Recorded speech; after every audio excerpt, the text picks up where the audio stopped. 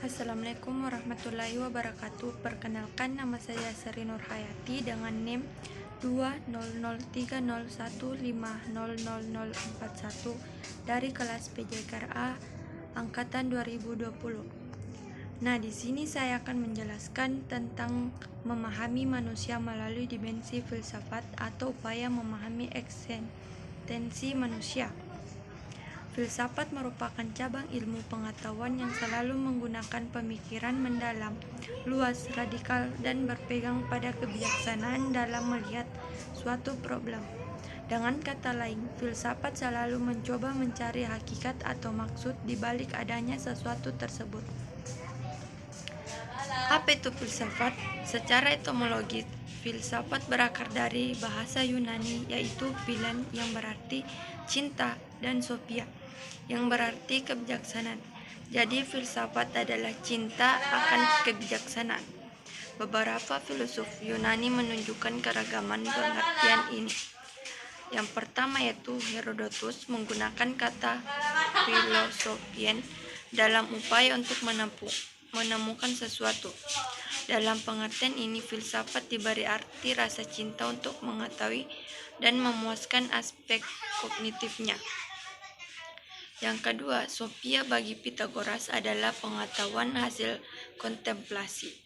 Dengan pengertian itu, murid Plato ini ingin membedakan antara pengetahuan hasil kontemplasi dengan pengetahuan yang bersifat teknis dan instrumentalistik yang dimiliki oleh para pelaku bisnis dan atlet.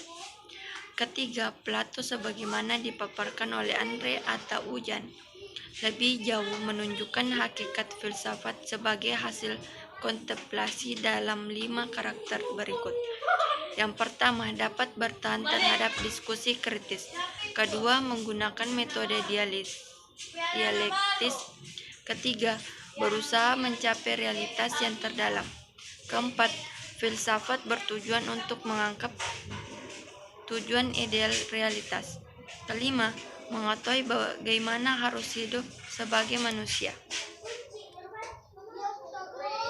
Eksistensi manusia sebagai individu. Eksistensi manusia dan tahap-tahap perkembangannya sebagai berikut. Yang pertama, tahap estetis. Pada tahap ini manusia dikuasai oleh naluri-naluri seksual, oleh prinsip-prinsip kesenangan yang hedonistik, dan biasanya bertindak menurut suasana hati. Manusia estetis pun adalah manusia yang hidup tanpa jiwa. Ia tidak mempunyai akar dan isi di dalam jiwanya. Kemauannya adalah mengingatkan diri pada kecenderungan masyarakat dan zamannya. Namun kesemuanya itu tidak dilandasi oleh passion apapun selain keinginan untuk sekadar mengetahui dan mencoba. Manusia estetis bisa mewujud pada siapa saja, termasuk pada para filsuf, ilmuwan, sejauh mereka tidak memiliki vision, tidak mempunyai antusiasme, komitmen, dan keterlibatan tertentu dalam hidupnya. Manusia estetis tidak tahu lagi apa yang sebetulnya diinginkannya, karena hidupnya tergantung pada mood dan tren dalam masyarakat dan zamannya. Yang pada akhirnya model manusia estetis ini hidupnya hampir tidak bisa lagi menentukan pilihan, karena semakin banyak alternatif yang ditawarkan masyarakat dan zamannya. Jalan keluarnya ada dua, bunuh diri atau bisa juga lari dalam kegilaan atau masuk dalam tingkatan hidup yang lebih tinggi, yakni tingkatan etis. 2. Tahap etis. Memilih hidup dalam tahap etis berarti mengubah pola hidup yang semula estetis menjadi etis. Ada semacam pertobatan di sini, di mana individu mulai menerima kebijakan-kebijakan moral dan memilih untuk mengingatkan diri kepadanya. Sudah mulai ada vision dalam menjalani kehidupan berdasarkan nilai-nilai kemanusiaan yang dipilihnya secara bebas. Jiwa individu etis mulai terbentuk, sehingga hidupnya tidak tergantung pada masyarakat dan zamannya. Akar-akar kepribadiannya juga tangguh dan kuat. 3. Tahap religius. Hidup dalam Tuhan adalah hidup dalam subjektivitas transenden, tanpa rasionalisasi dan tanpa ikatan pada sesuatu yang bersifat duniawi atau mundane. Individu yang hendak memilih jalan religius tidak bisa lain kecuali berani menerima subjektivitas transendennya itu. Subjektivitas yang hanya mengikuti jalan Tuhan dan tidak lagi tertarik baik pada nilai-nilai kemanusiaan yang bersifat ekstensi etis maupun pada tuntutan pribadi dan masyarakat atau zamannya atau tahap estetis. Hakikat manusia dalam pandangan filsafat. Para ahli pikir dan ahli filsafat memberi subbeten pada manusia sesuai dengan kemampuan yang dapat dilakukan manusia di bumi ini. Pertama, manusia adalah homo sapiens, artinya makhluk yang mempunyai budi. Dua, manusia adalah animal rasional, artinya binatang yang berpikir.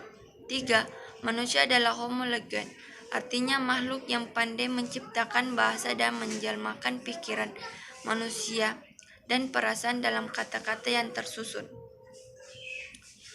Keempat, manusia adalah homo faber, artinya makhluk yang terampil. Dia pandai membuat perkakas atau disebut juga tolmakin animal, yaitu binatang yang pandai membuat alat. 5. Manusia adalah symphletion, yaitu makhluk yang pandai bekerja sama, bergaul dengan orang lain dan mengorganisasi diri untuk memenuhi kebutuhan hidupnya. 6. Manusia adalah homo economicus, artinya makhluk yang tunduk pada prinsip-prinsip ekonomi dan bersifat ekonomis. Ketujuh, manusia adalah homo religius, yaitu makhluk yang beragama. Hakikat dan martabat manusia. Manusia dalam ajaran agama Tauhid tersusun dari dua unsur, yaitu materi dan non-materi, jasmani dan rohani. Tubuh manusia mempunyai daya fisik atau jasmani, yaitu daya mendengar, daya melihat, daya merasa dan meraba, daya mencium, dan daya gerak, baik di tempat seperti menggerakkan tangan, kepala, kaki, mata, dan sebagainya. Ketiga daya dimaksud akan mengalami perkembangan dan penurunan sesuai dengan kemampuan manusia dalam mengolah daya-daya dimaksud. Pertama, daya pikir atau akal yang berpusat di kepala dalam Islam dipertajam melalui perenungan alam semesta dan kejadian-kejadian yang ada di alam ini. Kedua, daya rasa di kalbu yang berpusat di dada dipertajam melalui ibadah atau sholat, zakat, puasa, dan haji. Ketiga, daya nafsu yang berpusat di perut akan meningkat kekuatannya bila nafsu itu diikuti kemauannya.